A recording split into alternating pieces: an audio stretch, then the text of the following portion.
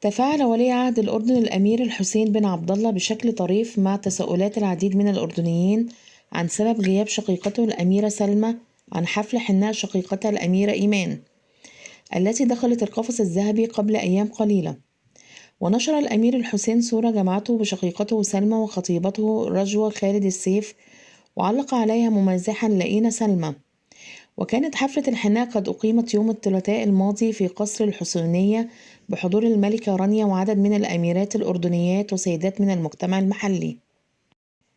لكن بعد تداول الصور ومقاطع الفيديو الخاصة بالمناسبة، لفت انتباه العديد من الأردنيين عدم ظهور الأميرة سلمى فيها، وهو مما أثار التساؤلات عن سبب غيابها، كما تصدر اسمها الترند عبر موقع تويتر. وفي اليوم التالي من حفل الحناء، كشفت مصادر مقربة من العائلة الملكية لقناة المملكة المحلية أن غياب الأميرة سلمى يعود لالتزامها بالدراسة في إحدى الجامعات، مؤكدة أنها ستكون حاضرة في حفل الزفاف.